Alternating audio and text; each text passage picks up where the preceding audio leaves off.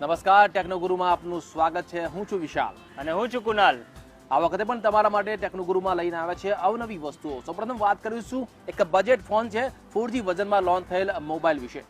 ત્યારબાદ વાત કરીશું એપ ઓફ ધ વીકમાં 90 સેકન્ડમાં તમારી કોઈ પણ મોટામાં મોટી ફાઇલને ટ્રાન્સફર કરવાની ક્ષમતા ધરાવતી એપ વિશે. તો અવનવી ટેકનો ટિપ્સ પણ તમને આ વખતના એપિસોડમાં તમને આપીશું. ત્યારબાદ વાત કરીશું એક સાયબર ક્રાઇમ કેસ સ્ટડીની સાયબર એલર્ટમાં.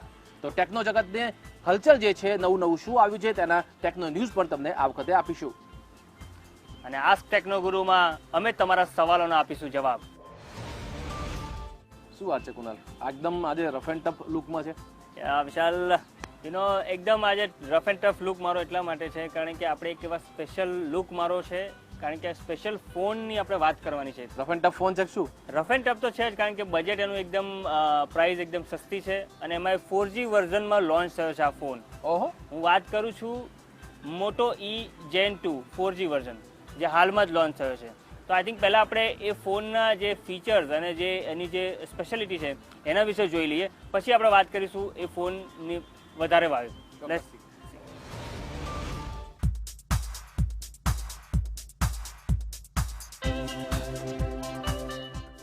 આજકાલ લોકો સ્માર્ટફોનને લઈને દિવસે ને દિવસે ક્રેઝી બનતા જાય છે. સ્માર્ટફોન નેટવર્કમાં પણ 3G પછી હવે 4G નેટવર્કનો વ્યાપ વધ્યો છે. ત્યારે મોટોરોલાએ પણ તેનો બજેટ સ્માર્ટફોન મોટોરોલા મોટો E Gen 2 4G લોન્ચ કર્યો છે.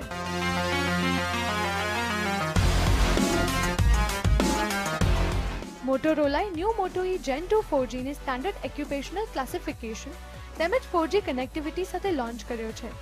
તેના દરેક ફીચર્સ પહેલાના લોન્ચ કરેલા ફોન જેવા સેમ જ છે. મોટોરોલાએ મોટો E Gen 2 4G ને Lenovo A6000 Plus, યુયુફોરિયા અને Xiaomi Redmi 2ની કોમ્પિટિશનમાં આ ફોન લોન્ચ કર્યો છે.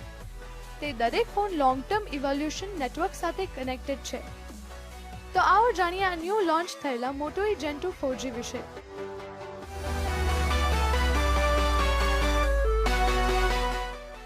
Look and feel. આ ફોનનો look Moto E Gen 2 old model સાથે આઇડેન્ટિકલ છે અને આ પ્રાઇસ રેન્જમાં one of the best sturdiest and best looking smartphone તરીકે ગણી શકાય. રિસેન્ટલી જ લોન્ચ થયેલ યુયુફોરિયાની બોડી મેટલ છે, but Moto E Gen 2 design unique છે. ફોનની ડિઝાઇન અને સ્ક્રીન તેના સિબલિંગ નોન 4G જેવા જ છે. Specifications and software. આ એ જગ્યા છે જ્યાં થોડો ફરક જોવા મળશે. મોટો E Gen 2 4Gમાં 1.2 GHz Quad-core Qualcomm Snapdragon 410 SoC with Adreno 306 graphic processor છે અને તે ક્વોડ-કોર Snapdragon 200 નોન LTE કરતાં વધારે પાવરફુલ પ્રોસેસર છે. મોટો E Gen 2 4Gમાં 1GB RAM છે તેમજ તેમાં 32GB એક્સપેન્ડેબલ સ્ટોરેજ છે. તેનો micro USB port USB OTG માટે પણ યુઝ કરી શકાય છે. આ ડ્યુઅલ સિમ ફોનમાં કોઈ પણ એક સિમ ભારતમાં વપરાતા 2300 MHz બેન્ડના 4G નેટવર્ક સાથે કનેક્ટ થઈ શકે છે. અધર કનેક્ટિવિટી માટે વાઈફાઈ અને બ્લૂટૂથ હાજર છે. કેમેરા ડિપાર્ટમેન્ટની વાત કરીએ તો ફોનમાં 5 મેગાપિક્સલ રિયર કેમેરા છે તેમજ સેલ્ફી માટે VGA કેમેરા છે જે સેલ્ફી લવર્સને નિરાશ કરી શકે છે. મોટો E Gen 2 4G એ વેનિલા વર્ઝન એન્ડ્રોઇડ 5.0.2 લોલીપોપ પર રન થાય છે and the experience is unchanged from Moto E Gen 2, which is great. Performance and camera. Moto E Gen 2 એ ધમાકેદાર પરફોર્મર ફોન હતો, but Moto E Gen 2 4G A faster છે and phone કોઈ પણ point પર અટકતો નથી. એસ્ફાલ્ટ 8 and dead trigger જેવી high and games પણ કોઈ પણ ખચકાટ વિના સ્મૂથલી રન થાય છે. એન્તુતુ અને GFX બેન્ચમાં ફોનનો સ્કોર અનુક્રમે 22,241 અને 13,925 છે અને આ numbers Yuphoria and Lenovo A6000 Plus કરતાં ઘણા વધારે છે. કમ્પેરિઝનમાં મોટો E Gen 2માં QHD 540x960 less demanding display છે. 3D Mark's iStorm and GFX બેન્ચમાં મોટો E Gen 2 4Gનો સ્કોર 5324 અને 12.4 FPS છે. આ ફોન તમારા દરેક વિડીયોને સ્મૂથલી રન કરવા માટે સંપૂર્ણપણે સક્ષમ છે. ફોનનું સ્પીકર લાઉડ છે બટ તેના ઇયરફોનને લોંગ ટાઈમ સુધી સાંભળતા તે એનોઇંગ લાગે છે. ફોન કોલ દરમિયાનની સાઉન્ડ ક્વોલિટી એવરેજ છે જ્યારે ઘણી વખતે કોલ ડ્રોપ પણ થાય છે. 4G કનેક્ટિવિટીમાં ઘણી વખત પ્રોબ્લેમ જોવા મળ્યો છે પરંતુ તે કદાચ નેટવર્કના કારણે હોઈ શકે.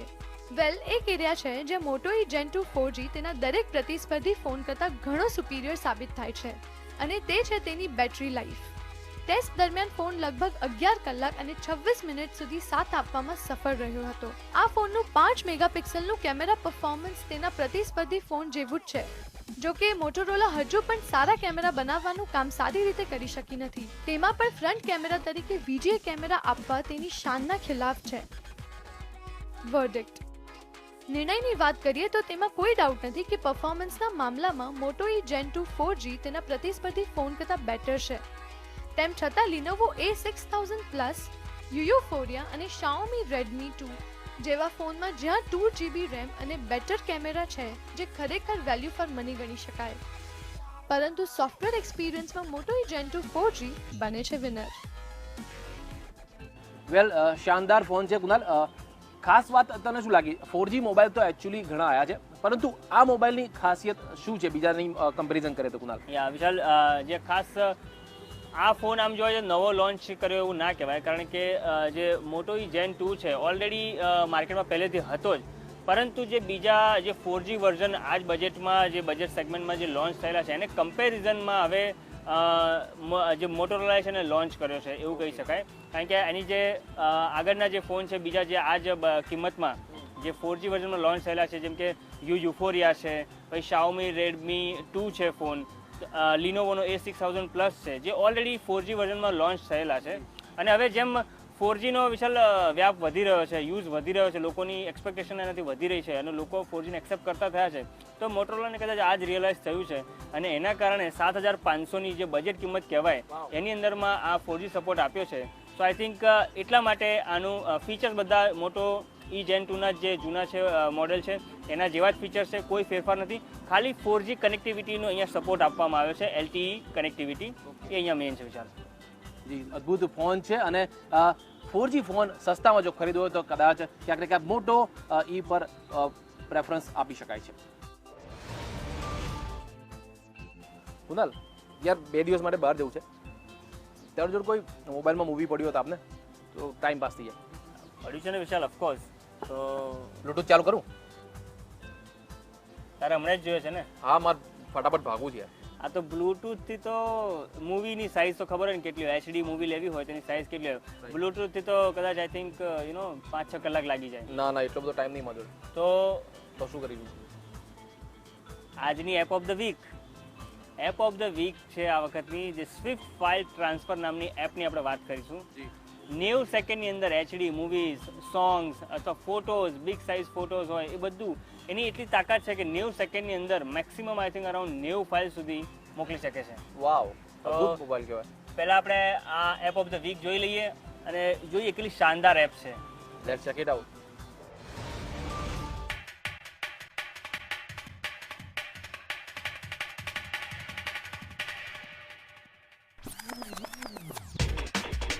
જ્યારે તમારે કોઈ ફાઇલ ટ્રાન્સફર કરવી હોય તો તમને યાદ આવે છે વોટ્સએપ, જીમેલ, ગૂગલ ડ્રાઈવ કે પછી સૌથી વધુ વપરાતું બ્લૂટૂથ. પરંતુ ક્યારેક લાગે છે કે આ ફાઇલ્સ ટ્રાન્સફર કરવામાં તમારું ઇન્ટરનેટ વપરાય છે અથવા તો સ્પીડની સમસ્યાને કારણે સમયનો વ્યય થાય છે. આ ઉપરાંત ઘણી વખતે બિગ સાઇઝ ફાઇલને ટ્રાન્સફર કરતી વખતે પ્રક્રિયા એટલી લાંબી બની જાય છે કે ટ્રાન્સફર કરવાનું જ આપણે ટાળી દેતા હોઈએ છીએ. જોકે તમારી આ સમસ્યાના નિવારણ રૂપે બેંગાલુરુના 2 યુવાનોએ સ્વિફ્ટ ફાઇલ ટ્રાન્સફર નામની એપ ડેવલપ કરી છે.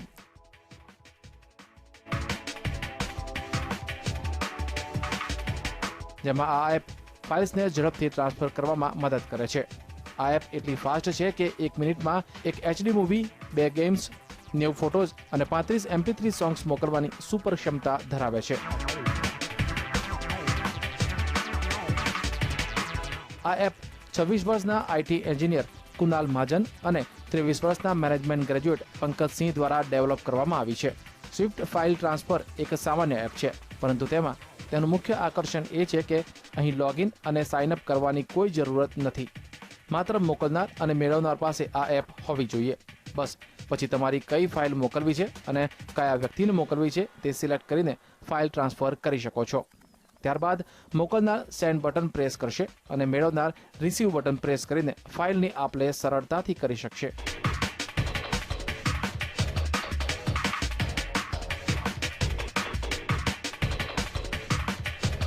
આ એપના મુખ્ય ફીચર્સની જો વાત કરીએ તો મલ્ટી ફોર્મેટ સપોર્ટ કરે છે, જેમાં તમે કોઈપણ ફાઇલ કે એપ સેન્ડ કે રિસીવ કરી શકો છો. બ્લૂટૂથ કરતાં 40 થી 50 ગણું ફાસ્ટર ડેટા શેર કરે છે, જ્યારે ડિવાઇસને પેર કરવાની પણ જરૂર નથી પડતી. 15 મીટર સુધી ટ્રાન્સફર કરવાની રેન્જ છે આ એપની. 4 થી 5 MBની સ્પીડથી ફાઇલ ટ્રાન્સફર કરી શકે છે. એક જ સમયે મલ્ટિપલ ફાઇલની સાથે આખું ફોલ્ડર પણ શેર કરી શકાય છે. ફાઇલ એક્સપ્લોરર અને મીડિયા પ્લેયર અહીં ઇનબિલ્ટ છે. SFT એપમાં ડેટા ટ્રાન્સફર કરવામાં કોઈપણ જાતના કેબલ, મોબાઈલ ડેટા કે વાઈફાઈનો ઉપયોગ નથી થતો.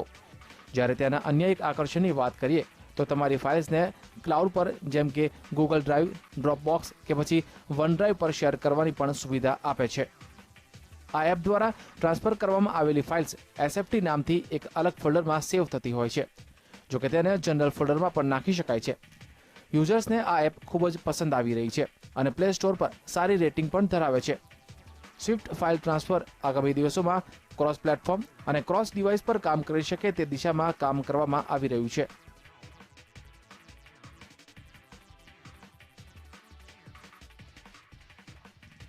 કુનાલ પંડ્યા, ટેકનોગુરુ.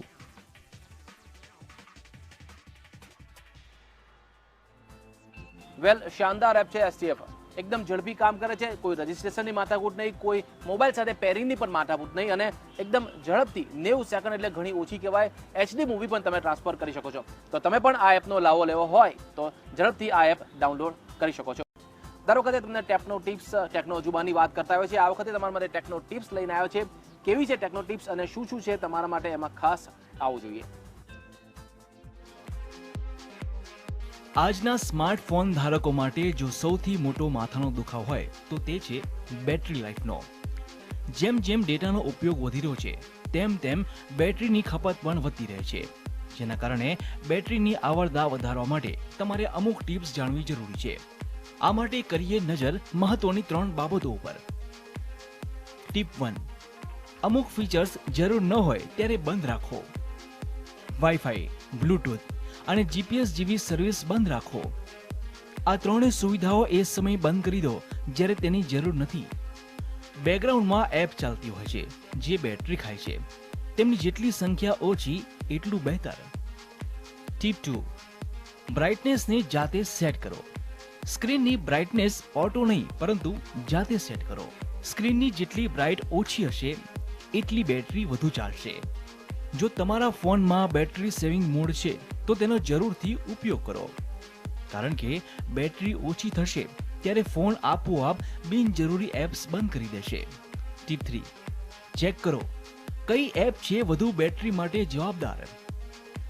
સમયાંતરે ચેક કરતા રહો કે સૌથી વધુ બેટરી કઈ એપ ચલાવવા માટે વપરાય છે, જેના કારણે બેટરી લાઈફને વધારવા મદદ મળશે.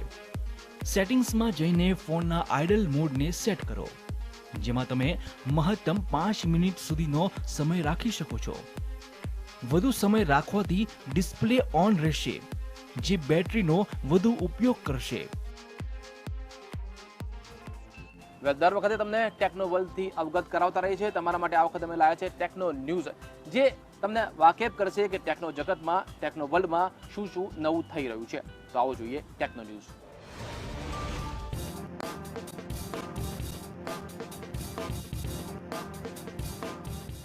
એપલે તેની નવી ઓપરેટિંગ સિસ્ટમ iOS 9 લોન્ચ કરી દીધી છે, જે આ વર્ષના અંત સુધીમાં બજારમાં આવી જશે. iOS 9 એ iPhone 4S તથા તેની ઉપરના મોડલ્સ તથા iPad 2 અને તેની ઉપરના મોડલ્સ તથા તમામ મિની iPad અને ટચ 5th જનરેશનને સપોર્ટ કરશે. તો કંપનીએ તેની સાથે એપલ ડેસ્કટોપ માટે તેની નવી ઓપરેટિંગ સિસ્ટમ XE1 કેપ્ટેન અને અનેક ફોટો એપ પણ લોન્ચ કરી છે. એપલે OS Xમાં ઘણા નવા ફીચર્સ જોડ્યા છે. તેમાં વિન્ડો મેનેજમેન્ટ માટે વધુ સારો કંટ્રોલ આપવામાં આવ્યો છે. કમ્પ્યુટર નિર્માતા કંપની ડેલે બુધવારે ભારતમાં તેના ઉત્પાદકોને વિતરણ સાથે તેણે ટેબ્લેટ સિવાય ઘણી પ્રોડક્ટ લોન્ચ કરી. કંપનીનો દાવો છે કે આ ટેબ્લેટ દુનિયાનું સૌથી સ્લિમ ટેબ્લેટ છે. કંપનીનો ઉદ્દેશ સામાન્ય વ્યક્તિ સુધી કમ્પ્યુટર પહોંચાડવાનો છે. ડેલે XPS 13 અને Alienware 15 અને 17, ડેલ ઇન્સ્પિરન 5000 લેપટોપ અને Venue 8 ટેબ્લેટ લોન્ચ કર્યું છે. આ નવા ઉત્પાદનોના લોન્ચિંગ સાથે જ કંપનીએ ભારતમાં તેની XPS, Alienware, ઇન્સ્પિરોન અને ટેબ્લેટની સિરીઝનો પ્રચાર કર્યો છે. ઇન્સ્પિરોન 5000ની શરૂઆતની કિંમત કંપનીએ ₹39,900 નક્કી કરી હતી, જ્યારે XPS 13ની શરૂઆતની કિંમત ₹70,990 છે. એરાઇનવેર 15 અને 17ની કિંમત ક્રમશઃ ₹1,25,990 અને ₹1,45,990 છે. વેન્યુ 8 7000 સિરીઝના ટેબ્લેટનું વેચાણ શરૂ થઈ જશે. કંપનીએ તેની કિંમત ₹34,999 નક્કી કરી છે. આ પ્રોડક્ટના લોન્ચિંગમાં કંપનીએ જણાવ્યું હતું કે અમે એવા ઉપકરણો તૈયાર કર્યા છે જે સ્લિમ અને લાઇટ વેઇટ છે, જેની બેટરી લાઈફ કમાલની છે.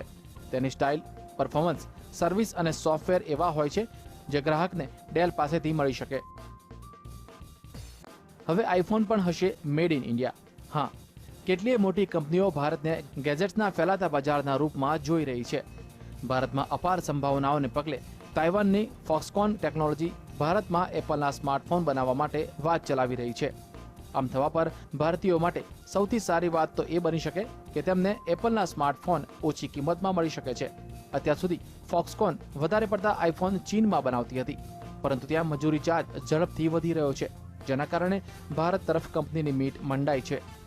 લગભગ 1 મહિનાની અંદર મહારાષ્ટ્રમાં પ્લાન્ટના લોકેશનની શોધ ચલાવવા કંપની પોતાના એક્ઝિક્યુટિવને મોકલશે.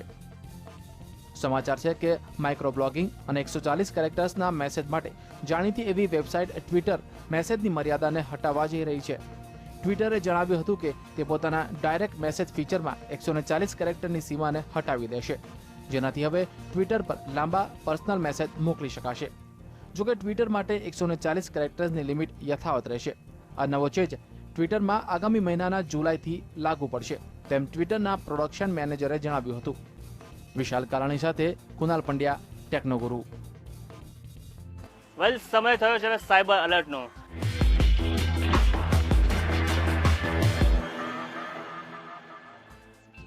દર્શક મિત્રો, ખાસ તમારા માટે અમે એક પહેલ રજૂ કરી છે ટેકનોગુરુમાં. અમે અમુક સમયે એક સાયબર એલર્ટ, જે અમે એક અમારું સેગમેન્ટ છે સાયબર એલર્ટ નામનું, જેમાં અમે દર વખતે એક એવા સાયબર ક્રાઇમ કેસ સ્ટડીની જે વાત કરીએ છીએ, એક એવો સાયબર ક્રાઇમ કે જે ભૂતકાળમાં કોઈની સાથે બની ચૂક્યો છે અને ભવિષ્યમાં તમારી સાથે થાય તો એના શું પ્રિકોશન્સને લેવું જોઈએ, એની માટે ખાસ અમે એક આ પહેલ રજૂ કરી છે. વિશાલ, સાયબર એલર્ટમાં આ વખતે પણ આપણે એક એવા જ એક સાયબર ક્રાઇમ કેસની વાત કરીશું, તો પહેલાં એ જોઈ લઈએ.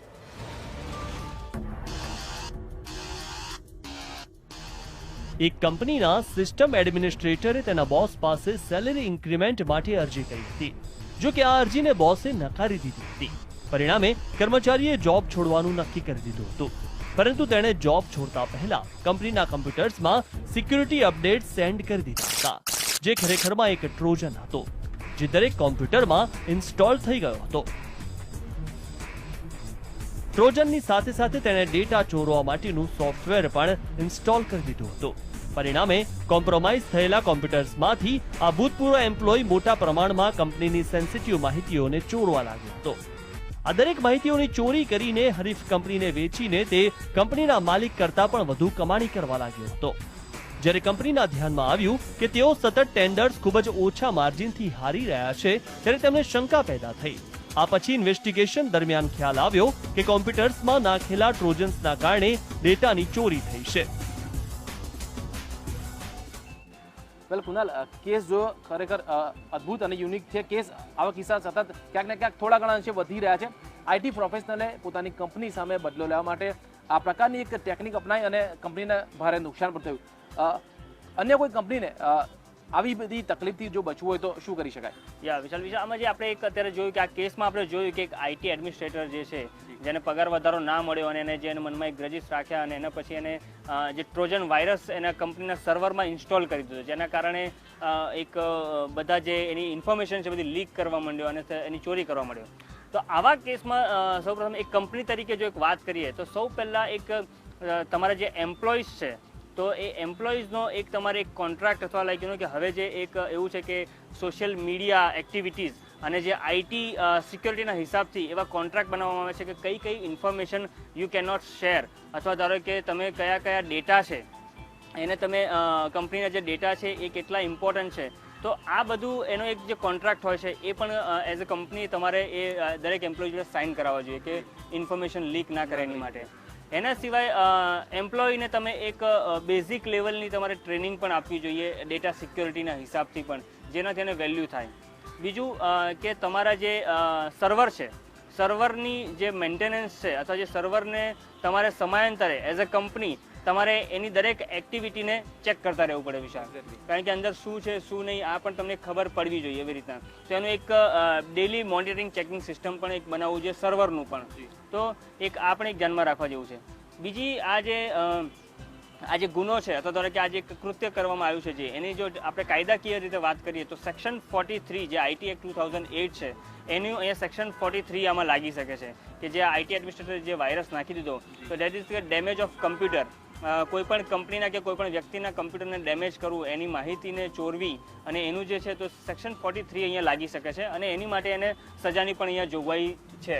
કેવા પ્રકારની જનરલી સજા થતી હોય છે અને આ કઈ રીતે ખબર પડે કે પર્ટિક્યુલર આ વ્યક્તિએ કરાવ્યું છે? એ ઇન્વેસ્ટિગેશનના લેવલે જ ખ્યાલ આવી શકે? હા, એક્ઝેક્ટલી, કારણ કે આની માટે કેટલાક ફોરેન્સિક લેવલ અને સાયબર, હવે જે અત્યારે આપણે કે ડિજિટલ ફોરેન્સિક આખી જે લેબ હોય છે અથવા એના સ્પેશિયાલિસ્ટ પણ હોય છે.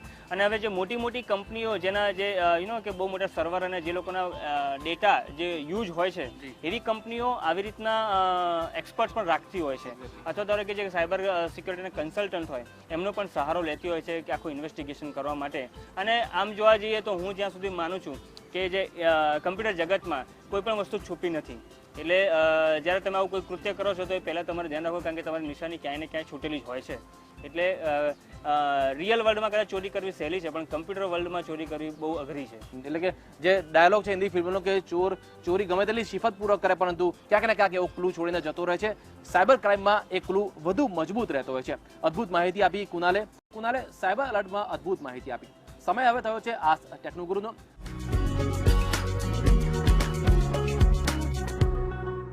કુનાલ, સવાલો ઘણા બધા આવ્યા છે. એક કોમન સવાલની ખાસ જો વાત કરીએ તો ફેસબુકને લગતા સવાલોનું આવ્યું છે સ્પામ પોસ્ટ.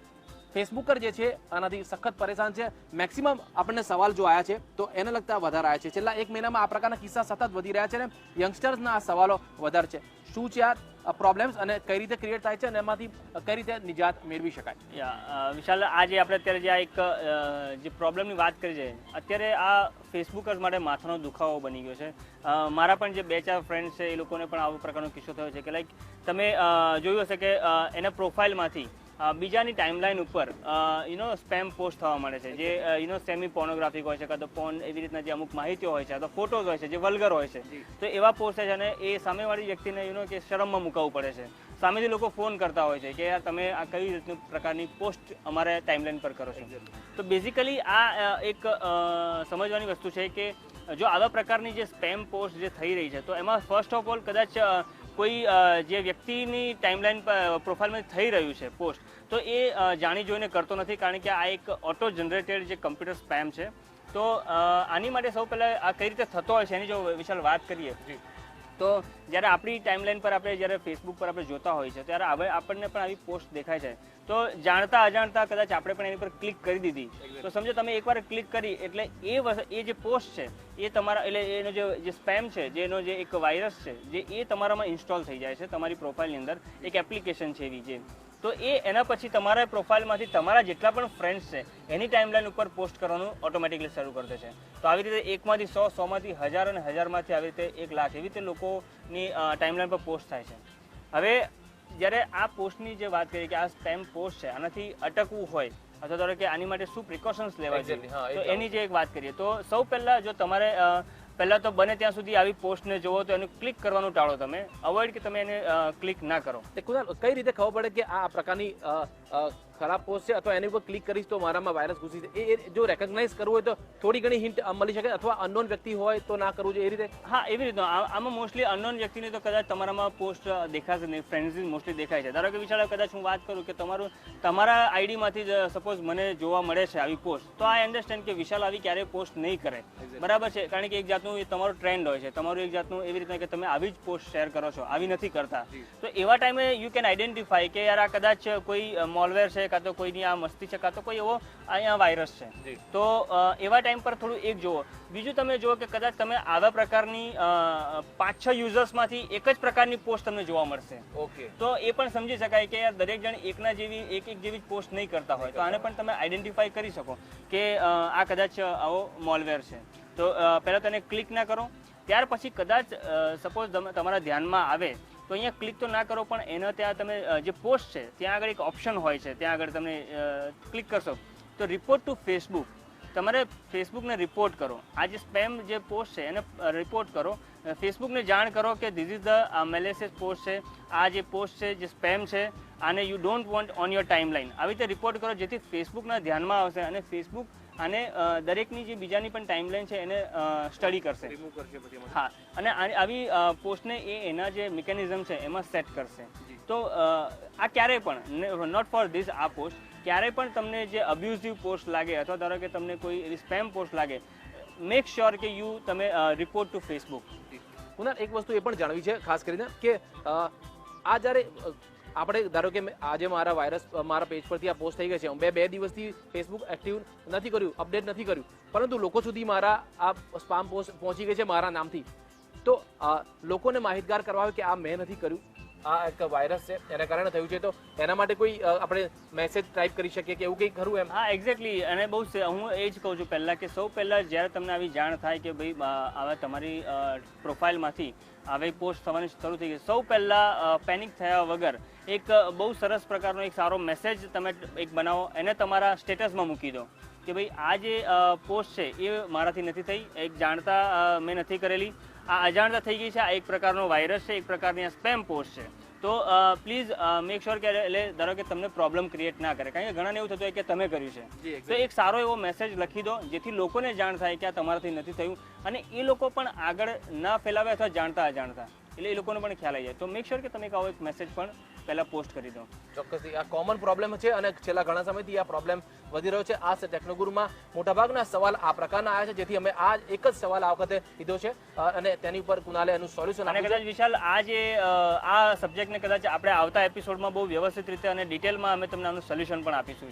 જે ચોક્કસથી કુનાલે જે માહિતી આપી એ પણ તમે યાદ રાખજો અને આવતા એપિસોડમાં તમને આના વિશે ડિટેલમાં પણ માહિતી જરૂરથી આપીશું. વેલ, ટેકનોગુરુમાં સમય થયો છે વિદાય લેવાનો. તમારા માટે નવી વસ્તુઓ આવતા એપિસોડમાં પણ લઈને આવીશું. તમારા કોઈ પણ ક્વેરી અને ફીડબેક હોય તો અમારા ઈમેલ આઈડી અને અમારા ફેસબુક પેજ પર તમે અમને મોકલી શકો છો. તો ટેકનોગુરુમાં અત્યારે બસ આટલું જ. સમય થયો છે વિદાય લેવાનો. Good bye.